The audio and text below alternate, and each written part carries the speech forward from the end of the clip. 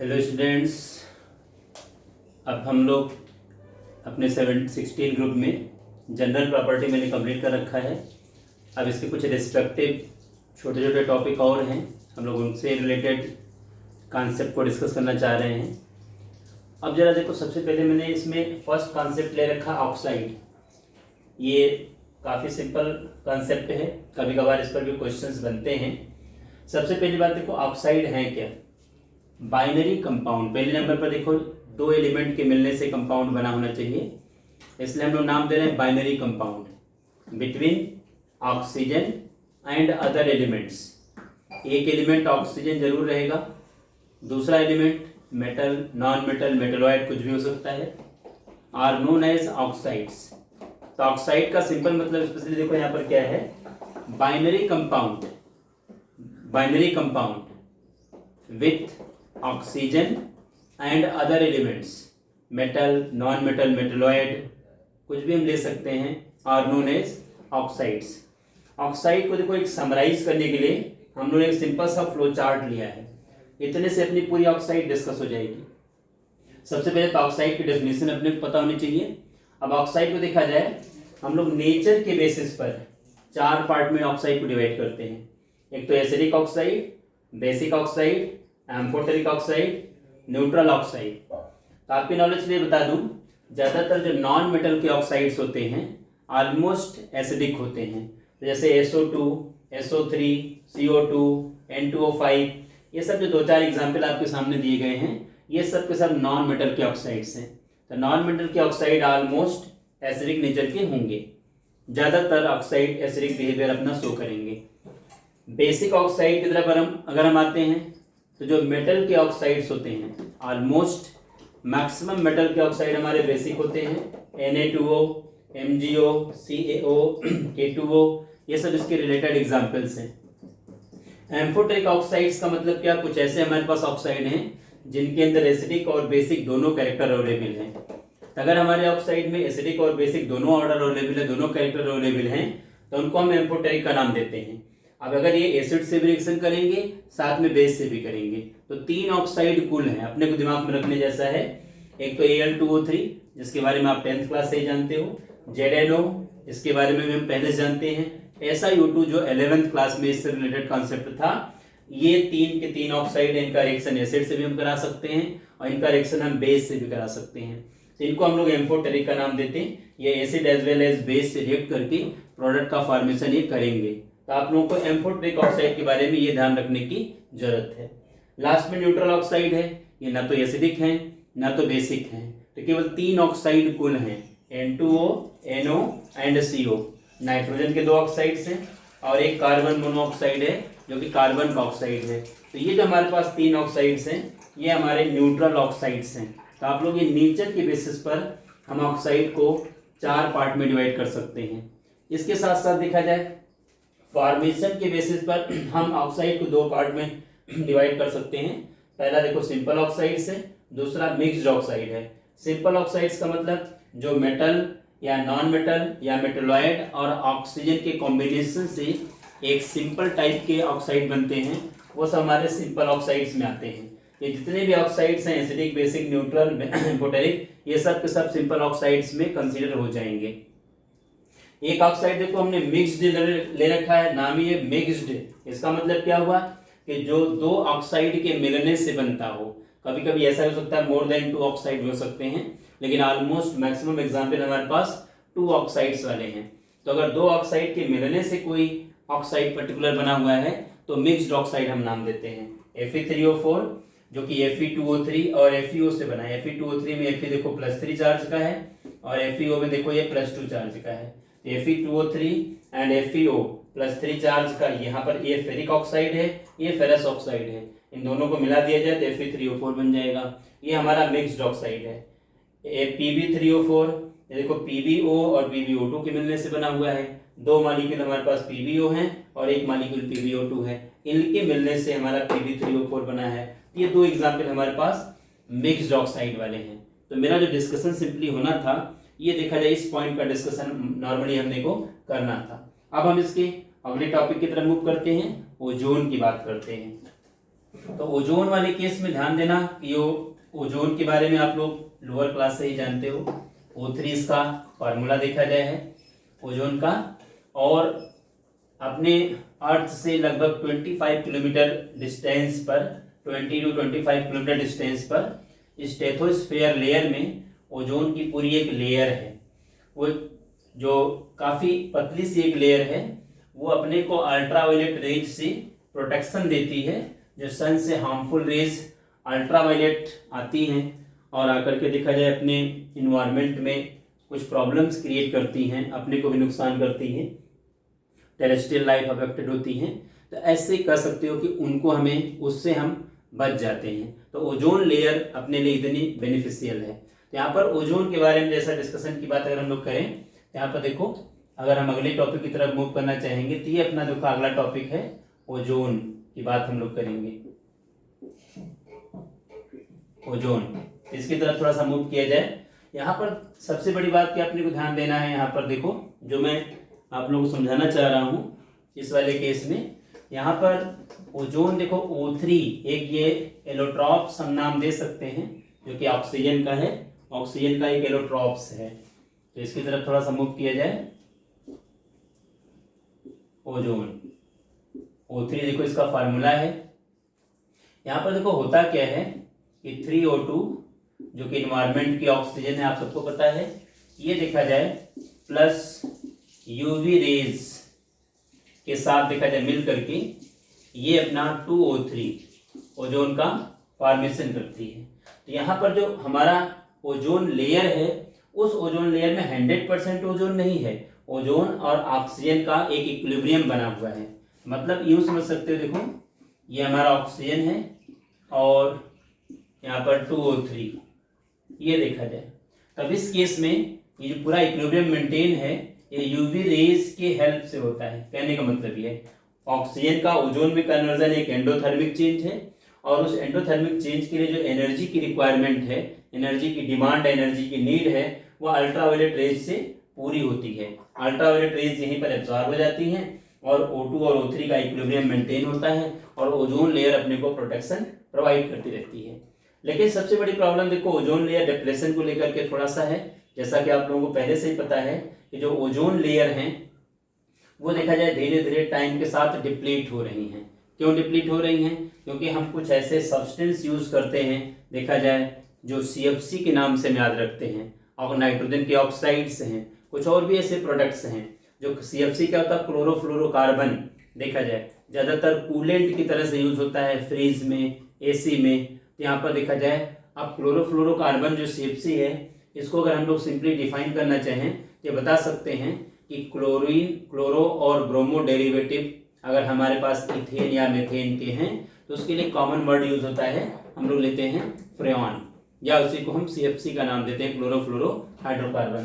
तो अगर सपोज कर लीजिए एक सिंगल मॉलिक्यूल भी अगर मान लिया जाए, जैसे देखो CF2Cl2, ये जो हमारा क्लोरोफ्लोरोकार्बन है इसको हम फ्रेऑन 12 का नाम देते हैं। देखो इसका नाम है फ्रेऑन 12।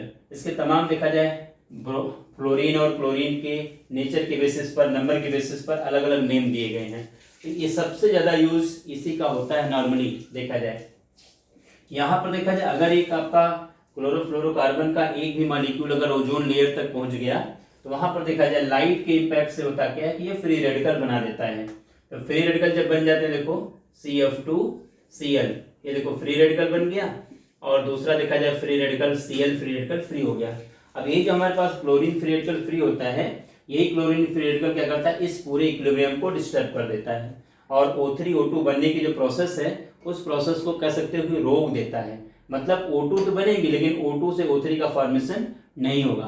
कैसे वर्क करता है जरा इसको देखा जाए। हमारे कहने का सिंपल मतलब है जो हम लोग यहाँ पर समझना चाह रहे हैं, हम लोग इस पॉइंट को लेना चाह रहे हैं। स्पेशली देखा जाए तो पहले नंबर पर तो देखा जाए ये हमारे पास केस है कि हमारा ये देखो फ्री रेडिकल्स बन गया, यहाँ पर फ्री रेडिकल्स हम इसको नाम देते हैं, ये भी फ्री रेडिकल है और Cl भी हमारा फ्री रेडिकल है। सेकेंड स्टेप पर देखा जाए हमारे पास ये जो Cl फ्री रेडिकल है ये O3 के साथ मिल करके OCl देखो फ्री रेडिकल बना देगा और इसको O2 बना देगा। हमारे कहने का मतलब जो ऑक्सीजन स्पेशली नेसेंट ऑक्सीजन जो रहती है जो O2 को O3 में कन्वर्ट करती है।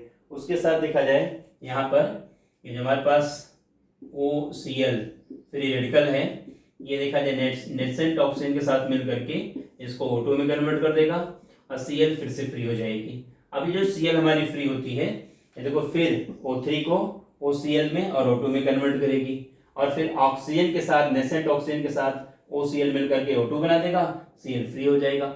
मतलब सिंगल CFC मॉलिक्यूल अगर ओजोन लेयर तक चला जाए तो कई लाख, क्योंकि फ्री रेडिकल मैकेनिज्म पर बेस्ड प्रोसेस है और आपको दिख रहा है कि यहाँ फ्री रेडिकल क्रिएट हो रहा है और यहाँ फ्री हो रहा है, फिर यह काफी ज्यादा कई लाख ओजोन मॉलिक्यूल को ऑक्सीजन में कन्वर्ट कर देगा।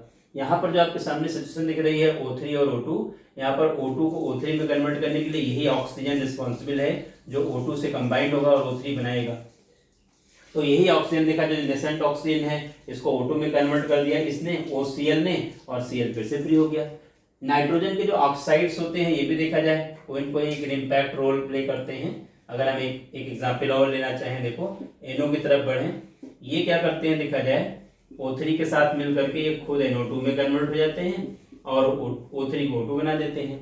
तो कह सकते हैं ओजोन लेयर डिप्लीट करने का काम नाइट्रोजन के ऑक्साइड्स भी करते हैं। तो जो नाइट्रोजन के ऑक्साइड्स हैं, CFCs हैं, इनको आप क्लोरोफ्लोरोकार्बन का नाम दे रहे हो, ये सब ओजोन लेयर को डिप्लीट करने में एक की रोल प्ले करते हैं।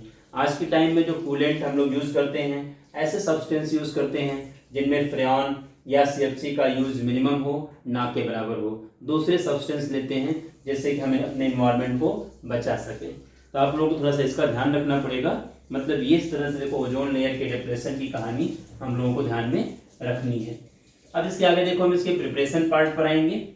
जो नॉर्मली देखा जाए हम लोग जिस डिवाइस से, जिस ऑपरेटर से ओजोन लेयर का फॉर्मेशन करते हैं उसको हम लोग ओजोनाइजर का नाम देते हैं। और ओजोनाइजर देखा जाए मैन मेड ओजोनाइजर बहुत से अवेलेबल हैं जिनको बनाया गया है और इससे ओजोन का कह सकते ओजोन को हम लोग बनाते हैं। ओजोन 100% तो नहीं बनती, ओजोन का कुछ परसेंट तक ओजोन देखा, कुछ परसेंटेज ही ओजोन का बन पाता है, बाकी ऑक्सीजन और ओजोन का मिक्सचर अपने को मिलता है। तो इसमें देखा जाए जिस इंस्ट्रूमेंट से, जिस ऑपरेटर से हम लोग उसको बनाएंगे उसको हम ओजोनाइजर का नाम देते हैं। तो हमारा जो डिस्कशन स्पेशली देखो अगले पॉइंट की तरफ आएंगे, प्रिपरेशन की तरफ मूव करेंगे। यहाँ पर देखिए प्रिपरेशन की तरफ हम लोग ओजोन के प्रिपरेशन की बात करेंगे। यहाँ पर हमारे पास 3O2 देखा जाए रिवर्सिबल ऑर्डर में, ये 2O3 ऑक्सीजन ओजोन में कन्वर्ट होता है और यहाँ पर साइलेंट इलेक्ट्रिक डिस्चार्ज इसका हम लोग यूज करते हैं। इसमें देखो एक छोटा सा डायग्राम आप लोगों को मैं समझा दूं। देखो ग्लास की बनी हुई इसी तरह से ट्यूब हम लोग यूज करते हैं, ये ग्लास की बनी होती है देखा जाए, यहाँ पर आप समझिएगा। और यहाँ पर देखो ऑक्सीजन, ड्राई ऑक्सीजन यहाँ से हम लोग सेंड करते हैं और इसके ऊपर देखो टिन की एक पतली सी पन्नी लगी होती है जो कि यहाँ पर साइलेंट इलेक्ट्रिक डिस्चार्ज प्रोड्यूस करने के लिए हम लोग यूज करते हैं, बनाते हैं। क्योंकि साइलेंट इलेक्ट्रिक डिस्चार्ज से क्या होगा कि जो करंट इसको रिक्वायर्ड होती है वो इसको देखो मिल जाती है। यहाँ पर देखा जाए हम लोग इसको बैटरी से जोड़ देते हैं ऐसे दोनों को और यहाँ पर साइलेंट इलेक्ट्रिक डिस्चार्ज देखा जाए यहाँ से हम प्रोड्यूस कराते हैं। ये पूरा टिन की पतली देखो फॉयल लगी हुई दोनों साइड में और ये पूरा एक ग्लास का बना हुआ देखा जाए पूरा एक ऑपरेटर्स है। इसके देखा जाए ये सीमेंस ओजोनाइजर है, यानी जिस ऑपरेटर से हम लोग ओजोन बनाते हैं उसको ओजोनाइजर का नाम देते हैं। ये ओजोनाइजर है। यहाँ से हम ड्राई एयर देखो, ड्राई ऑक्सीजन यहाँ से हम लोग भेजते हैं और यहाँ से देखा जाए ऑक्सीजन और ओजोन दोनों मिलती है, जिसको हम यहाँ पर देखा जाए ये ओजोनाइज्ड ऑक्सीजन का नाम देते हैं। यहाँ पर देखिए हमारे पास क्या O2 और O3 ये दोनों चीजें मिलती हैं। अब चूंकि देखने से लग रहा है दोनों का मोलर मास अलग अलग है, O3 का मोलर मास ज्यादा है, O2 का मोलर मास कम है। तो इसके लिए देखा जाए ग्राहम्स डिफ्यूजन लॉ के थ्रू या डिफ्यूजन प्रोसेस के थ्रू हम ओजोन अलग कर लेते हैं और ऑक्सीजन अलग कर लेते हैं। मतलब ये प्रोसेस देखा जाए ऐसा नहीं है कि 100% ऑक्सीजन हमारी ओजोन में कन्वर्ट होगी, थोड़ा बहुत 15 से 20% का रेशियो लगभग O2 का O3 में कन्वर्ट होता है, बाकी ऑक्सीजन एज इट इज बनी रहती है। ये तो हमारा एक सिंपल सा प्रिपरेशन स्टेप है, लैब में हम लोग डिफरेंट टाइप ऑफ ओजोनाइजर हैं जिनका यूज़ करके हम लोग ओजोन का फॉर्मेशन करते हैं। अब हम इसके देखिए प्रॉपर्टीज़ की तरफ मूव करेंगे। फिजिकल प्रॉपर्टी में देखो ओजोन सबको पता है गैस है, एयर से हैवियर है। यहाँ पर देखा जाए हल्का सा कलर्ड, यहाँ पर अपने को पेल ब्लू कलर की नज़र आती है ओजोन, अगर ये कंसनट्रेट फॉर्म में है। अगर इसका कंसनट्रेशन ज़्यादा हो जाए, अगर 100 ppm प्लस में कंसनट्रेशन पहुँच जाए, तो ऐसे केस में क्या होगा कि ब्रीथिंग अपने लिए अनकंफर्टेबल हो जाएगी, अपने को सांस लेने में दिक्कत आएगी। तो आप लोगों को थोड़ा सा इसका ध्यान रखना है। हमारे कहने का मतलब स्पेशली ये है। ये तो कुछ नॉर्मल चीज़ें जो फिजिकल प्रॉपर्टी से रिलेटेड हैं वो तो बिल्कुल ईजी हैं, बस आप लोगों को समझ में आना चाहिए कि ये है क्या चीज़ स्पेशली। केमिकल प्रॉपर्टी की तरफ थोड़ा मैं मूव करूँगा। आपको देखने से लग रहा है कि जो हमारा प्रॉपर्टीज़ की तरफ मैं यहाँ पर आना चाहूँगा। प्रॉपर्टीज़ ज़्यादातर हमारा देखा जाए O3 ये O2 में कन्वर्ट होता है और ऑक्सीजन देता है। अब यही जो ऑक्सीजन है ये देखा जाए किसी सब्सटेंस का ऑक्सीडेशन करने के लिए सफिशिएंट होती है, और जिस प्रोडक्ट से ऑक्सीडेशन होता है उसको हम ऑक्सीडाइजिंग एजेंट का नाम देते हैं। तो ओजोन का जो काफ़ी रिएक्शन देखा जाए ये इसके ऑक्सीडाइजिंग बिहेवियर पर बेस्ड है, मतलब इसके ऑक्सीडाइजिंग नेचर पर बेस्ड है। तो मेरे कहने का सिंपल मतलब यहाँ पर देखो क्या काफ़ी ऐसे प्रोडक्ट्स हैं जिनके बारे में हमें डिस्कस करना है और आप लोगों को इस पर ध्यान देने की जरूरत है। स्पेशली देखा जाए ये पावरफुल ऑक्सीडाइजिंग एजेंट है। यहाँ पर देखा जाए अगर हम इसको ऑक्सीडाइजिंग एजेंट, और ऑक्सीडाइजिंग एजेंट जैसा बिहेवियर क्यों शो कर रहा है, क्योंकि O3 O2 दे रहा है और ऑक्सीजन देखो लिबरेट कर रहा है। यही ऑक्सीजन किसी प्रोडक्ट का ऑक्सीडेशन करने के लिए जरूरी है। यहाँ पर देखो कुछ केमिकल रिएक्शंस मैं यहाँ पर लिखूंगा, वो सब के सब रिएक्शन कभी कभी देखा जाए अपने एग्जाम में पूछे गए हैं और अपने को ध्यान से समझने की जरूरत है। आप लोग सभी लोग अच्छे से इसको समझना। जैसे अगर हम PbS लेते हैं, लेड सल्फाइड को अगर लेते हैं और यहाँ पर देखा जाए ओजोन से रिएक्शन करा देते हैं, ये देखो लेड सल्फेट बन जाएगा, PbSO4 का फॉर्मेशन कर देगा और हमारा जो ओजोन है ये देखो O2 में कन्वर्ट हो जाएगा। यहाँ पर सल्फर देखो -2 चार्ज में है, यहाँ पर सल्फर +6 चार्ज में है।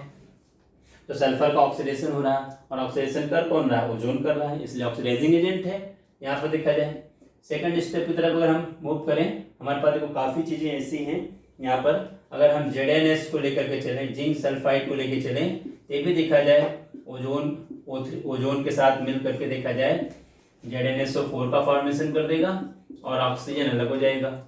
स्पेशली यहाँ पर देखो सल्फर -2 में है और यहाँ पर सल्फर +6 चार्ज में है।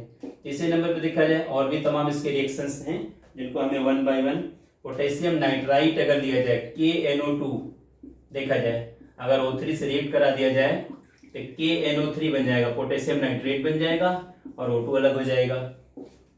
और इसके साथ देखा एक रिएक्शन काफ़ी कॉमन है यहाँ पर देखा जाए, अगर हम KI सोल्यूशन ले लेते हैं और ओजोन से रिएक्ट करा देते हैं, यहाँ पर देखिए H2O के साथ, ये देखो KOH का फॉर्मेशन कर देता है इस केस में और हमारा आयोडीन लिबरेट होता है और प्लस O2।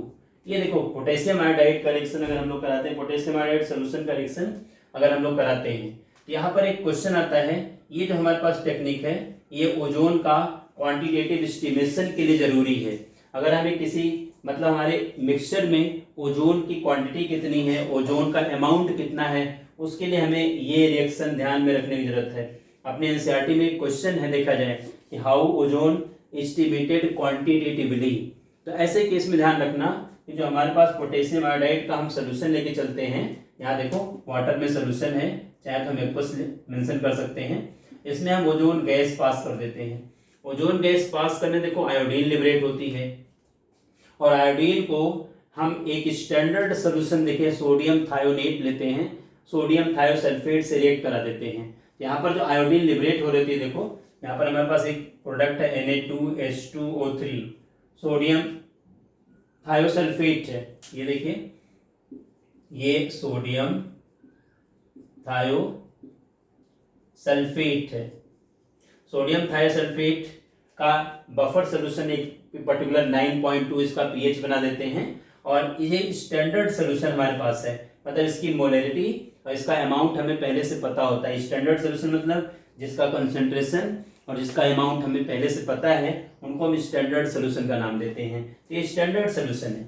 यहाँ पर देखो अगर इसके अंदर हम आयोडीन पास कर देते हैं तो ये हमारा जो प्रोडक्ट है Na2H2O6 का फॉर्मेशन कर देता है, सोडियम टेट्राथायोनेट का फॉर्मेशन कर देता है, और यहाँ पर देखा जाए 2Na बना देगा।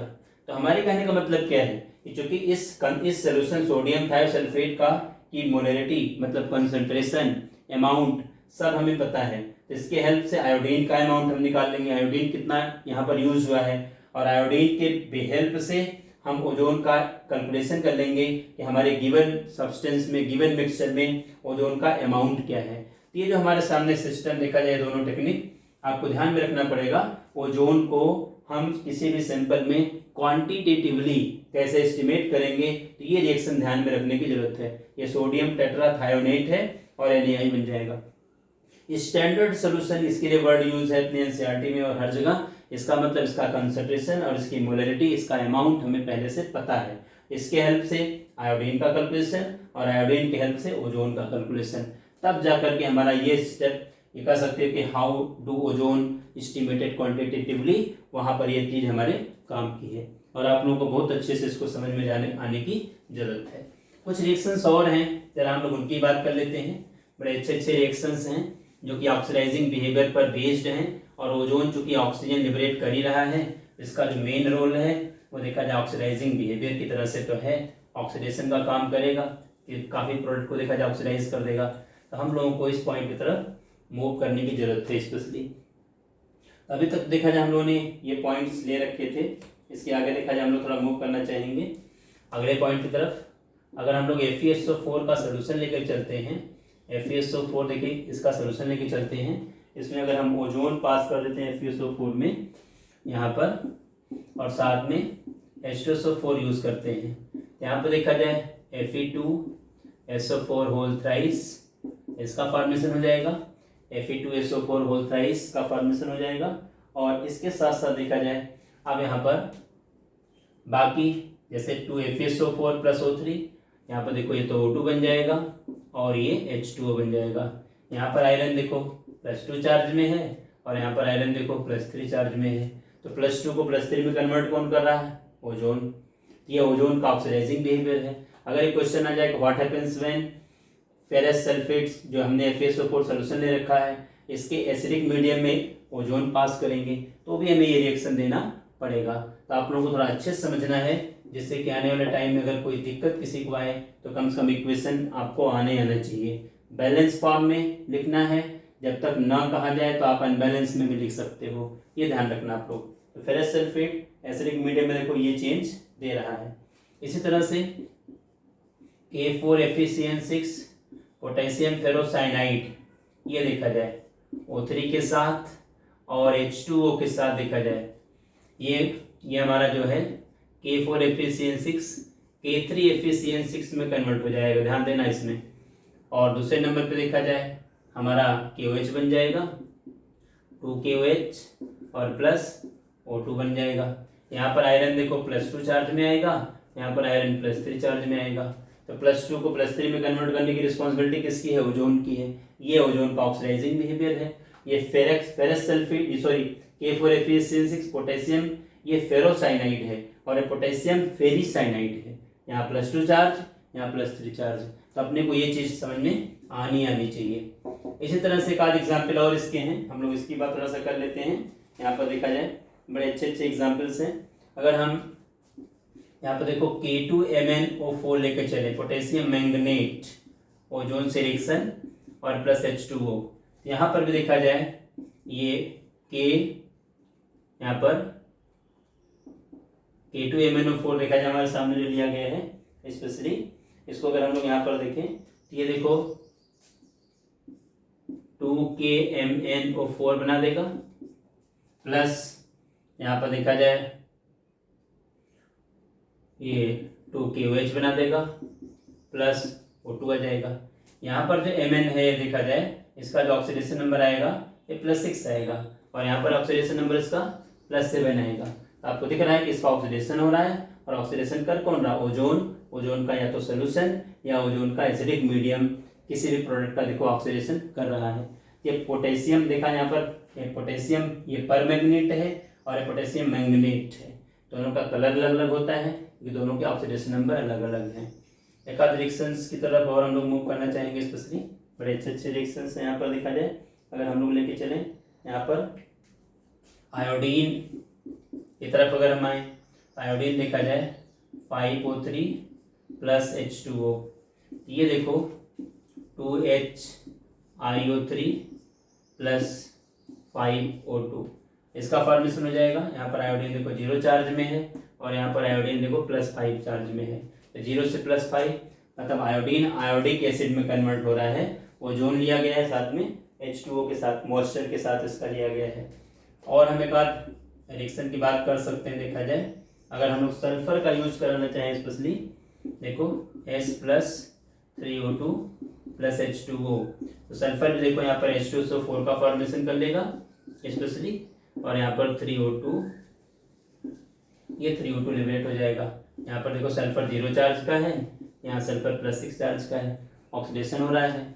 और ऐसे ही अगर हम इसके अगले पॉइंट की तरफ मूव करें, यहाँ पर देखा जाए अगर हम फास्फोरस को लेके चलें P4 + 10O3 और प्लस इसके आगे देखो हम लोग 6H2O लेकर के चलेंगे, तो 4H3PO4 आर्थोफॉस्फोरिक एसिड बन जाएगी और 10O2, इसका फॉर्मेशन हो जाएगा। ऐसे केस में फास्फोरस देखो 0 चार्ज का है और यहाँ पर फास्फोरस देखो +5 चार्ज का हो रहा है। तो इस सब रिएक्शन देखा जाए ओजोन की ऑक्सीडाइजिंग प्रॉपर्टी पर बेस्ड रिएक्शन है। आप लोग को इसका ध्यान रखना है और इसको अच्छे से समझने की जरूरत है। पूरे रिएक्शन को आप बढ़िया से देखना, क्योंकि ये balance the following, complete the following, what happens when, इन सब में ये क्वेश्चंस आपके सामने पूछे जाते हैं और अपने को अच्छे से इस क्वेश्चन को ध्यान से समझने की जरूरत है। आप लोग थोड़ा अच्छे से इसको समझना, जिससे कि अपने को कोई दिक्कत ना आए और आपका प्रॉपर कॉन्सेप्ट यहाँ पर बन जाए। इसके साथ साथ देखा जाए इसका एक बड़ा अच्छा सा रिएक्शन यहाँ पर आता है, देखो ब्लीचिंग एक्शन। यहाँ पर कभी कभी इस पर भी क्वेश्चन आता है, ब्लीचिंग एक्शन। देखा जाए हमारा जो ओजोन है ये देखा जाए O2 + O में चेंज होता है, और कोई भी कलर्ड मटेरियल है, कलर्ड मटेरियल + O, ये कलरलेस मटेरियल में चेंज होता है, कलरलेस मटेरियल में ये कन्वर्ट हो जाता है। इसी प्रॉपर्टी को हम ब्लीचिंग प्रॉपर्टी का नाम देते हैं। जितने भी कलर्ड मटेरियल कलरलेस मटेरियल में कन्वर्ट होते हैं ऑक्सीडेशन की वजह से, वो ब्लीचिंग एक्शन परमानेंट होता है। तो जो यहाँ पर हमारे पास ओजोन के थ्रू ब्लीचिंग एक्शन हम लोग शो कर रहे हैं, यानी कलर रिमूव करा रहे हैं, कलर गायब कर रहे हैं, ये कलर परमानेंट गायब होगा। क्योंकि अब दोबारा अगर इस कलरलेस प्रोडक्ट का जो हमारा यहाँ पर मटेरियल था कलर के लिए, वो तो ऑक्सीडाइज हो गया, दोबारा अगर वो मटेरियल रिड्यूस हो फिर से पहले जैसा कलर आएगा, और रिड्यूस होने के लिए उसको फ्री हाइड्रोजन चाहिए, और वो इन्वायरमेंट में है नहीं। इसलिए जितने प्रोसेस, जितने मटेरियल कलर्ड से कलरलेस होते हैं ऑक्सीडेशन स्टेप से, वो परमानेंट कलर उनका रिमूव होता है, और जो रिडक्शन स्टेप से होते हैं वो देखा जाए टेम्परेरी कलर उनका जाता है, थोड़े टाइम में रिस्टोर हो जाते हैं। तो आगे हम SO2 और क्लोरीन की बात करेंगे, लेकिन अभी देखा जाए ओजोन के साथ कलर्ड मटेरियल कैसे कलरलेस मटेरियल में कन्वर्ट हो रहा है, आप लोगों को ये ध्यान में रखने की जरूरत है। ओजोन केस में देखा जाए, जैसा आपको पता है कि O3 तो इसका स्ट्रक्चर है, इसमें देखो इसका स्ट्रक्चर दो तरह से हम लोग बनाते हैं। एक देखो ये इसका फॉर्म है इसका, और दूसरा देखा जाए जो इसका रेजोनेंस फॉर्म है, ये डबल बॉन्ड हम इसके बीच में दिखा देते हैं और यहाँ पर देखो डेटिव बॉन्ड लगा देते हैं। सेकंड देखो ये फॉर्म है, तो दो स्ट्रक्चर का रेजोनेंस फॉर्म है, जिससे ओजोन में कार्बन, ओजोन में ऑक्सीजन ऑक्सीजन के बीच में जो बॉन्ड लेंथ आएगी वो इक्वल आएगी। ये मत समझना यहाँ डबल बॉन्ड है तो ये लेंथ छोटी आएगी, सिंगल बॉन्ड है ये लेंथ ज़्यादा आएगी, पूरी लेंथ इक्वल आएंगी, ये अपने को ध्यान में रखने की जरूरत है। ड्यू टू रेजोनेंस, ये अपने को समझना है। ये तो ओजोन के बारे में ज़्यादा डिस्कशन रहा। ओजोन की जो यूजेस हैं देखा जाए, पहले नंबर पर देखो ऑक्सीडाइजिंग एजेंट की तरह से हम यूज़ कर रहे हैं, ब्लीचिंग एजेंट की तरह से यूज़ कर रहे हैं, कलर्ड मटेरियल कलरलेस मटेरियल में कन्वर्ट करने के लिए हम यूज़ कर सकते हैं, कुछ सिंथेटिक यूज़ में, कुछ प्रोडक्ट बनाने में भी हम ओजोन का यूज़ कर सकते हैं। देखा जाए जर्म्स को किल करने में भी ओजोन का बहुत बड़ा रोल है। तो ये सब देखा जाए स्टेप से हमारे पास ऐसी चीज़ें हैं जो ओजोन से रिलेटेड हैं। अब अपना सिर्फ 16 ग्रुप में देखा जाए ऑक्सीजन से रिलेटेड प्रोडक्ट हम लोगों ने कंप्लीट कर लिए। अब इसमें सल्फर के बारे में डिस्कस होना है, सल्फर के एलोट्रॉप्स के बारे में, सल्फर डाइऑक्साइड के बारे में, ऑक्सो एसिड ऑफ सल्फर और हमें H2SO4 के बारे में इतना डिस्कशन अपने को करना है। अब आप लोग ओजोन को अच्छे से समझना, क्योंकि ओजोन से क्वेश्चंस बनते हैं और आप लोगों को नंबर मिल सकते हैं, स्पेशली इसकी जो केमिकल प्रॉपर्टीज़ हैं, जो ऑक्सीडाइजिंग बिहेवियर है, ऑक्सीडाइजिंग नेचर इसका ये है। वहाँ पर एक क्वेश्चन में complete the following, balance the following, what happens when, ये सब चीज़ें 1 बाय 1 करके आती हैं। अब आप लोग इसको वीडियो देखना अच्छे से, कोई दिक्कत किसी बच्चे को आती है तो आप कमेंट सेक्शन में कमेंट करना। इसके अगले वाले टॉपिक अगले वीडियो में कवर होंगे। Thank you.